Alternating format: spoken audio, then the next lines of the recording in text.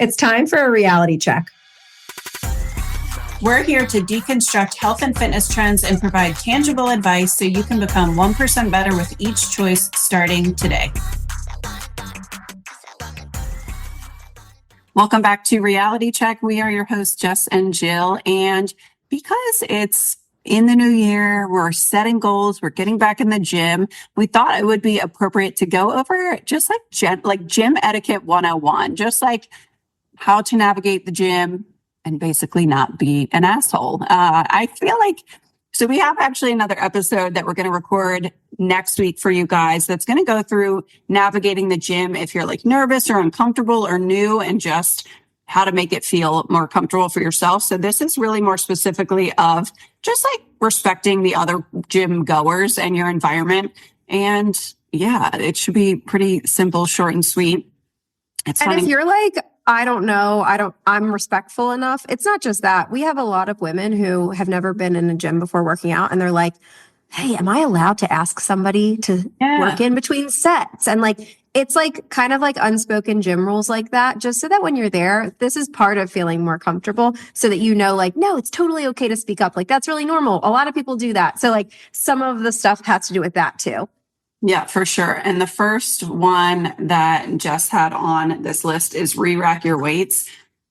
I feel like this, I'm glad you put this first, because I feel like this is the most important one, because it drives me crazy when I go to use a barbell or a leg press or anything, and I have to pull off 3 45-pound plates on each side because some bro left them all on there. Now, it's not just the fact that you have to like, now I'm removing someone else's weight, but it's also kind of annoying when people leave the weights, because if I want to use something, I'm like, is somebody in the middle of a set and they just ran to the bathroom? I don't want to be rude. And now it's affecting my workout when he has like left the gym and moved on with his life and just didn't re-rack his weights. So that probably annoys me more than having to remove them myself. Yeah. Girl Scout rules, like, leave the place nicer than you found it, you know? I feel like this is like when like when people don't put their shopping cart away, you're just an asshole. Like, do those things even when people aren't watching. Because I feel like the gym that I used to work at, it was a very small, like, community, family-owned gym. Everybody was conscientious, like, this is our space, whatever. But when I would train at 5 a.m., it would be the worst time, because it was like people knew that the gym wasn't staffed. So anybody who was there, it was a 24-hour gym. You could let yourself in at any time. The guys who would go in there and work out at 4 a.m. would leave their weights everywhere because nobody's watching them at that time. And it's like, come on, just be a good person. Put your weights away. Put them back in the section you found them. Like, don't just leave them on the floor in front of the rack with your 80-pound dumbbells. Like, put them on the rack where the 80-pound dumbbells go. They're in order because it makes sense and it's easier for the next person. So that's that. A simple one, but a basic. The second one that I think is like very common sense, and it probably is not even speaking to most of our audience, because usually this is a man thing. I feel like women are so clean in the gym. But wipe the equipment down. And this is like one that I think a lot of people don't think about, but I like watch everybody. I was training through COVID, so like I'm hyper aware of this stuff, right? Wipe where your hands go. Like, if there's handles on a machine, don't just wipe where your butt sat. Like, your butt had pants on it. There's probably actually not as many germs there. Obviously, wipe the whole thing down, but like, wipe where your hands were. I'll see people like sneeze and touch a handle and then just walk on to the next machine, and it's like, what are you doing? So wipe down your equipment and just be like aware of your surroundings. I will say there's certain things that I will like, actually most things that I will sometimes like wipe before I even start my set. Just be like, if I'm like doing like a preacher curl, I'll be damned if I'm using that thing without wiping it first, because people's armpits are all over that, like gross. So yes, wiping things down is, and honestly, most gyms, if not all, I can't think of a gym that I've been to where those wipes and cleaning things are not everywhere and very accessible for you to just go grab a wipe and wipe it down. And I'm not going to act like I've never not wiped something down. Like, if I like just did one set of a plank on a mat and I'm not sweaty at all, I'm like, okay, whatever. Like, but especially if you're like sweating, if you're, you know, I feel like women get like butt and crotch sweat, and then they sit on this equipment, and then they just move on to the next thing. It's like gross. Nobody wants to sit in your can see your butt bench. Wipe it off. Wipe it off. Okay. again, I feel like these first three are really like targeted towards any men listening, which I know most of our audience is females, but they can tell other men to follow. Yeah, after this, we'll get to the ones that are more relevant for females. But I think actually, I've seen a lot of women lifting heavier these days, and they learn how to lift heavy in CrossFit first. So I actually do think this one might be applicable to some of them. It is not good practice to slam your weights. So now, if you're like a power lifter and you're really striving for a 1 rep max and you have bumper plates and you're on a platform that's safe for that, okay. Generally speaking, like as a personal trainer, before I ever was exposed to that world of 1 rep maxes, the concept is like, if you can pick it up, you should be able to lower it safely and with control. If you can't, you're probably pushing beyond what you're actually capable of. What are you doing? But there's a safety element in this and like a gym equipment respect thing. If you picture like the pull-up bar, like the assisted pull-up, assisted dip machine, or any like, I don't know, a row machine, things like that. Sometimes what I'll see people do is they don't know how to release slowly. So they get to their 10th rep or whatever, and then they just let go. If you do that and those stackable weights slam down, you can actually break the equipment. And I've seen this happen in gyms that I've worked in the past. So release with control the same way you pick up with control. You will get better gains from it in your muscles anyway. I was just going to say 2 other things. If you are dropping the barbell every time you pick it up, now, again, power lifters, obviously there's certain things and techniques that you might be training for, but if you're like deadlifting and you're just like general gym goer, if you are dropping the barbell, you're doing basically, if you're doing 10, you did 5, you just did half of each rep. That's part of the movement. You get more hypertrophy gains in the eccentric release of any exercise. You're able to lift heavier during that phase, practice controlling it. Yeah. And then the other thing is on like, to kind of caveat this, we don't expect you to be quiet as a mouse either. Like, don't hurt yourself because you're trying to gently place the barbell down. It is a lot of weight. If you're deadlifting 95 pounds or 165 pounds or any of those things, it's going to make noise. Just don't be the guy that's like screaming and throwing them for attention in the gym, which I'm assuming most of you that are listening to us aren't doing that. But when you become, you know, just super strong and you're lifting really heavy weights, just be mindful. That's all. Yeah. And same thing with like the things that come out of our mouths. Like I will grunt or like, oh, if I'm on the last rep of something and it's really hard, I'm not trying to do it to make more noise. Right. But like that might happen because you're really exerting yourself. That's fine. But just like, I don't know. You all know who, if you've been in a gym, you all know the people who are just making noise and clanging around because it feels good ego-wise for them. Mm-hmm. Right. And it's like, come on, be aware of other people. The same with like there was a couple guys at the gym who have their headphones on and they're having full conversations on the phone for like, and again, if my husband calls me or my mom's watching my kids and I'll answer and have like a 2-second conversation if I think it's important, but don't have a whole, like nobody wants to hear your whole conversation in the gym while you're lifting on the machine right next to me for a half an hour. Like, what are we doing? Yeah. I should not hear your conversation. I should not hear your music. No. Correct. Okay. So this one I think kind of goes for everyone. And again, this is not to criticize anybody. This is just to help you guys out so that you can be the type of person that other people are like, oh, cool. Look, it's a new person in the gym. We're excited for them. We're not like, this person's in my way type of thing. Right. Be aware of your surroundings. So I know we said this a couple of times, but like, I think sometimes, especially when we're anxious, we stare at our phones. I will raise my hand and speak for myself. Right. If somebody is sitting on the leg extension machine and they are supposed to do 3 sets and they're following some program and they're like, I don't know what to do for this rest minute. And they're just staring at their phone, but they're not aware of their surroundings at all. There could be somebody behind you waiting for that piece of equipment. And you could easily say, hey, do you want to work in between sets? We can go ahead. I'll hop off. You hop on. We switch back and forth. That is very common practice to work in between sets with any experienced lifter.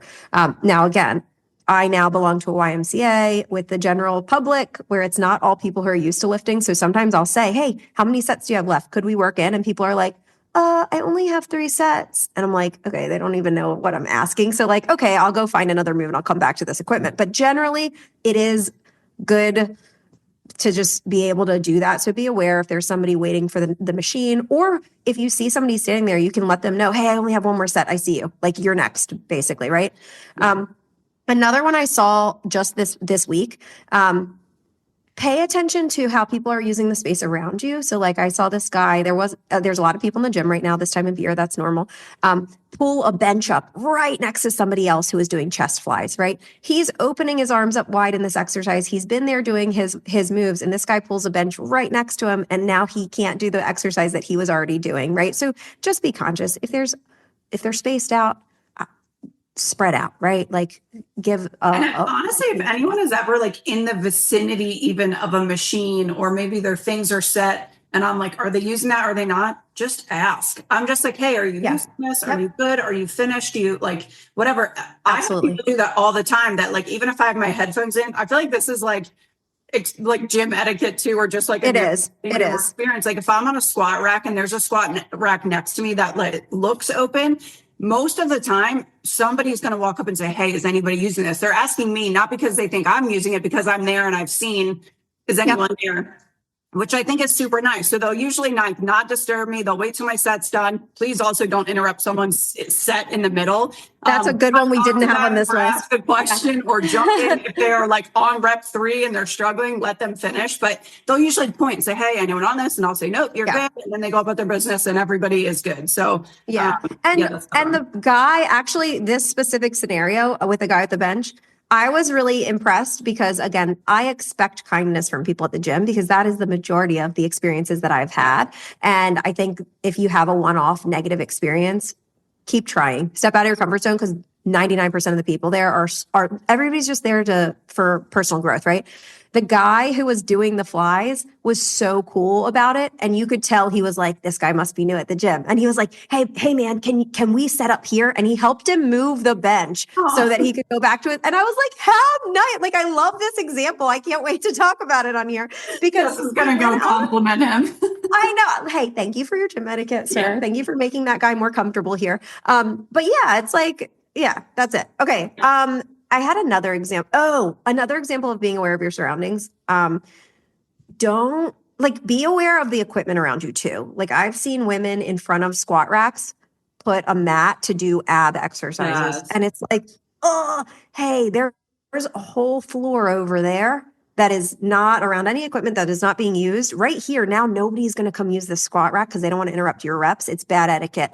And again, if there's no space because the gym's absolutely packed or whatever, then you certainly can, and be aware of your surroundings. If somebody comes up and you can see that they're trying to look for a squat rack, say, hey, I can move. You can pop in this one, right? But you don't want to set up right in front of another machine because then everybody feels like they can't use that machine. So same along that too with the dumbbell rack. If there's no room, fine.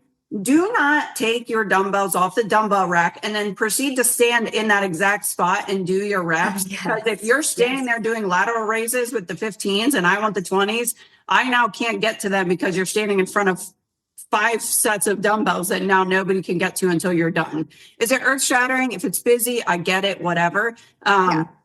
I will usually go squeeze and find a little corner and take my dumbbells. I don't, even if I know I want a heavier set of dumbbells later, I take the risk, I take my dumbbells and I go, because I'm not going to go take 3 sets of dumbbells and go pop them in the corner and stand there and everyone else needs them. So those are the other things. It drives me crazy when people stand in front of the dumbbell rack when there's a wide open gym to use. Yeah.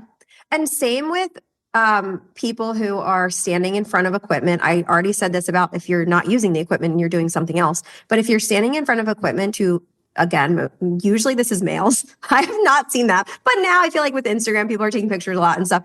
If you're standing in front of a whole piece of equipment just to take gym selfies or check yourself out in the mirror, like so many women are scared to go to the gym because they're nervous that people are looking at them or whatever. Nobody is looking at you. They're all supporting you. Everybody is looking at this douche who is in the way just to check themselves out. And I am not anti-gym selfie. You will see me I was just going to say, take your gym selfie. Just don't be a dick about it. Yeah. Be aware of your surroundings. Again, if somebody else is clearly waiting for that piece of equipment, come on, that has to become secondary.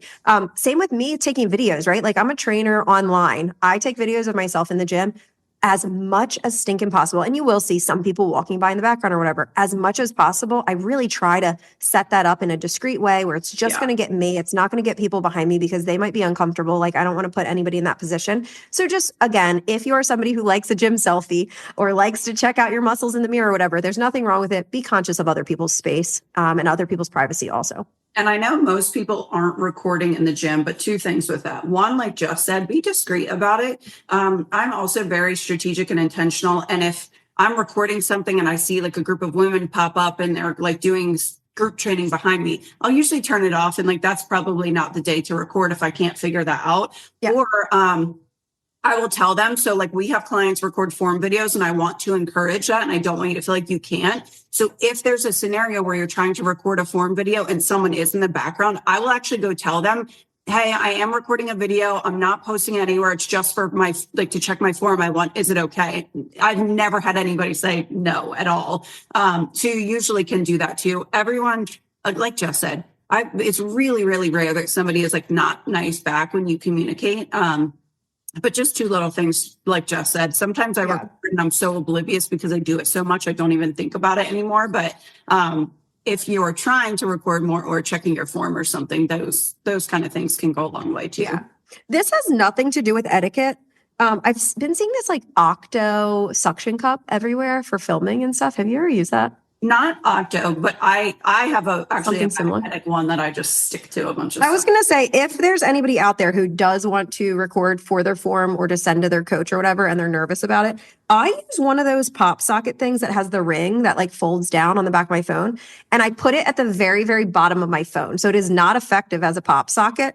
But then I can lean my phone like a little easel, and it is super easy because I can set up a box next to me, or if there's an empty bench next to me or whatever. That's it. I feel like a lot of times our clients are like, I don't know where to lean my phone so I can send you this. So that's what I do. You don't have to bring a whole tripod like I do, but you can. No. We're not all TikTok influencers. Okay, so we already kind of touched on this, but ask to work in on sets if a machine is being used. Okay, so wait until the end of their last rep. You can tell that they've just finished a set. If they're sitting there, it's okay to say, hey, can I work in with you? Or, hey, how many sets do you have left? That is good etiquette. I have had people tell me no. Again, that is the minority. And when that happens, it is likely that they are actually a new gym goer who doesn't understand that that's etiquette. If not, they'll say like, hey, I only have one set left. Like, let me just knock it out or whatever. Now, where this is less appropriate, you do not ask somebody that on a rack or on equipment with plates. So when I say machines, I'm talking about machines that have the little pin that just slides in because it's easy to then put it back. So if there's plates that you would have to take on and off, we do not ask to work in. We ask how many sets do you have left. With the pins, or if you have to adjust equipment. So I'm short, I'm 5 feet tall. Every time I work in on a set with somebody, I have to adjust the machine to the shortest, smallest settings. Pay attention to what that other person had and bump it back. That is common gym etiquette. So if they had the weight at 70 pounds and I needed to bring it down to 40 pounds, I adjust the seat back to the taller person's setting and I put it back to 70 pounds. That is really good gym etiquette. And it's pretty normal for most people who have been working out for a while. Yeah, love that one. This is something Jess put, and it kind of sparked a couple of thoughts, but a smile goes a long way. So like I joked that my old gym, I felt like the mayor sometimes. Like I'd walk in and it's like, hey, Joe, good morning. Hey, Joe, good morning. And I loved it. Like I love that interaction so much. I love to, like, you get to know people and you see their journey. I saw a girl who was like training for a competition one time and then she was pregnant and I watched her train her whole pregnancy. And I would be like, hey, how are you feeling? Well, you're getting close to your due date, right? Like so random. Like we're not like friends outside of the gym. Obviously, sometimes that happens, but I think it just makes people so much more comfortable, especially if somebody's new to the gym. When I'm in Idaho now and we tested a gym when we were here for vacation over the summer, and nobody was like nice or friendly in there. It felt very snooty. It was a bodybuilding gym. I can't wait for people local to listen to this because I'm talking shit on them, but I don't care. But it was just very like, it didn't feel very welcoming. It felt like you don't go here, you don't bodybuild, like ew. And I was like, it shouldn't feel that way. Yeah, it shouldn't feel that way. Now, for me, I like the gym and I would still go there because it has a ton of equipment and I'm not affected by that. But it does feel a lot better when the gym is welcoming and people are cool and the trainers are super friendly and they want to get to know you and their people. So you don't have to be the mayor. You don't have to know how someone's due date in their pregnancy, but just smiling can make like such a huge difference. And like, wow, people are nice around here. 2 things off of that. So one, give it a shot too before assuming it is an intimidating place. Like we have a gym near us that is very much a bodybuilding type gym where I'm like, here we go again. Like there's another gym near us that is not as welcoming, that's similar. And I was like, this is going to be just like that.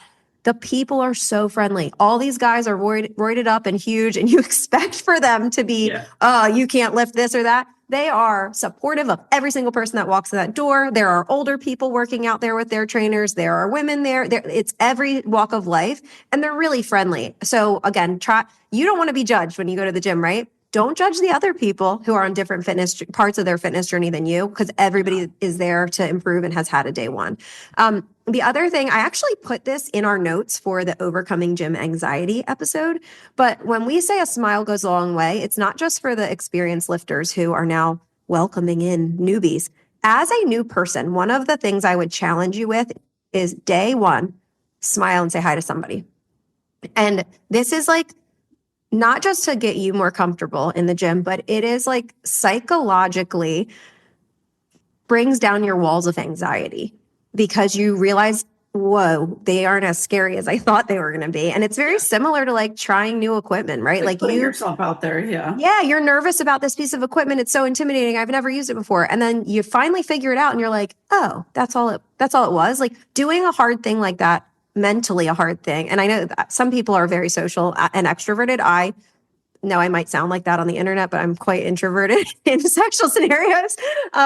So some people it might come really easy for.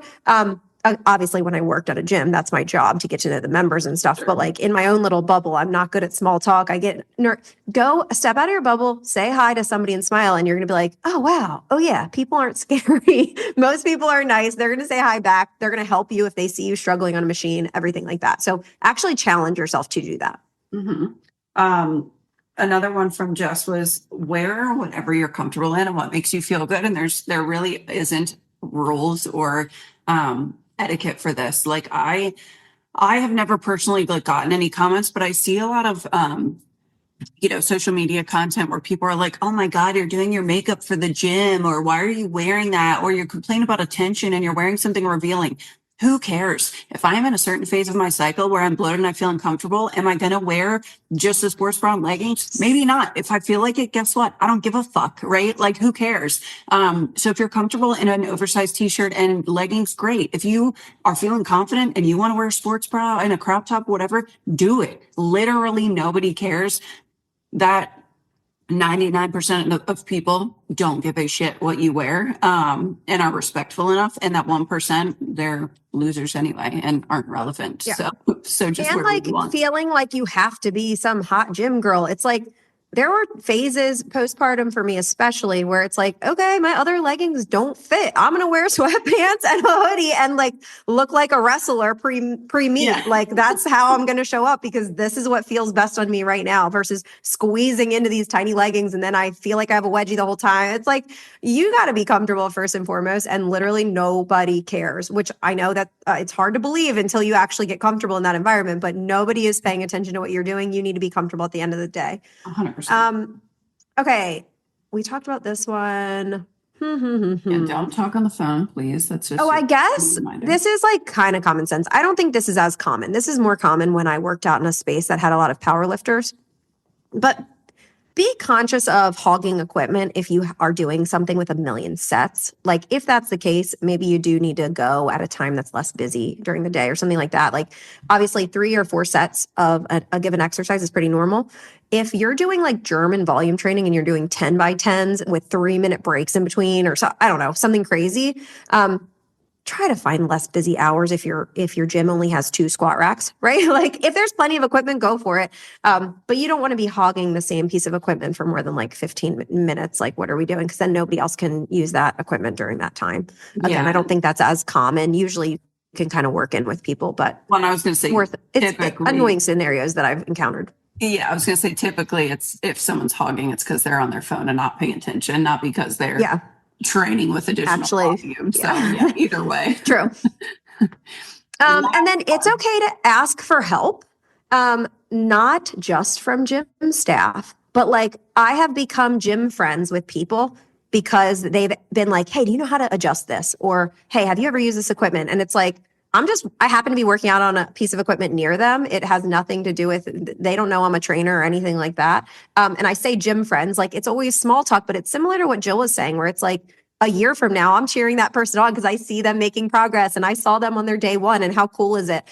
Totally okay to ask people for help. And if they don't know, they're going to say, I don't know, like, let's figure it out together. Everybody is there for, and this might be you're in. If you're nervous to smile and just say hi to somebody, maybe you're like, shoot, I have this program to follow and I don't even know where this piece of equipment is. Ask somebody where it is. They don't even have to work there. 9 times out of 10, you're going to encounter kindness because everybody's just there to improve themselves. And every single person, no matter how ripped they look, no matter how much you've seen them there, every single person had a day one at one point and they get it. Yeah, I've had people ask me for help. And for one, when somebody asks me for help in the gym, I know that I'm a trainer, obviously, so maybe I'm a little partial to this, but it makes me so happy. I will literally drop everything I'm doing to like walk you through, make sure you feel good, spot you on your first set or two. Like it makes me so happy. So I agree with that. If I see somebody doing, obviously, don't overstep your boundaries, right? I'm not going up to random people and being like, oh, should we fix your squat form, right? But if you see somebody doing something that could be dangerous, also go and be like, hey, can I help you out with this real quick? I saw a woman who set herself up on a squat rack backwards and it was really scary. The weight ended up taking her down. She wasn't set up in a way where she could get out of it safely. And ever since that, I'm like, oh my gosh, I feel like it's like my civic duty. If you think somebody could get injured, it's totally okay to be like, hey, can I show you this real quick? And show them where the safety is on it so that they can feel like, oh, cool, thanks. Moving on. Yeah, I was just going to say, I was going to like almost disagree with you because obviously we see people do things and you like minor form, whatever. I'm not paying attention of course, that closely, but that you brought up the squat rack. That is one scenario where I'd be like, hey, do you know you could do this or only whatever? If they're like really in risk of hurting themselves. Yeah. That's it. And again, it's like, I would obviously only say that to somebody who I can tell is like new or nervous or whatever, to be like, hey, can I, like, you know what I mean? I'm not going up to like the dumb high school boys who are on the football team trying to ego yourself out here. Yeah, like whatever. You guys are making a conscious choice, and you're not going to listen to me anyway. You're just being dumb. But no, if you see another female in there who clearly like they're also new, like support each other, lift each other up. Yeah, absolutely. Compliment each other. If you like, oh my gosh, look how like I've been seeing you in here every day this week. Great job. You know, like compliment each other because it feels really good. It's going to help them continue that journey. Yeah, absolutely. Love this. So hope that was helpful with just proper etiquette. If you are new to the gym, getting back in the gym, all of this applies. Like sometimes I get nervous or feel weird even just going to a new gym in a new location, right? So all of the rules are same. These unspoken rules are the same across the board. But we hope that was helpful. If you are new to the gym and now you just listened to this and you got a good grasp on like what gym etiquette is like, but you're nervous about the gym or just kind of trying to overcome, like Jeff said, that gym anxiety, go listen to the next episode because that's going to give you all of the tips that you need to feel super comfortable in the gym and be one of these experienced people that gets to cheer everyone else on too, especially in the new year. So that is all for today's episode and we will talk to you guys next week.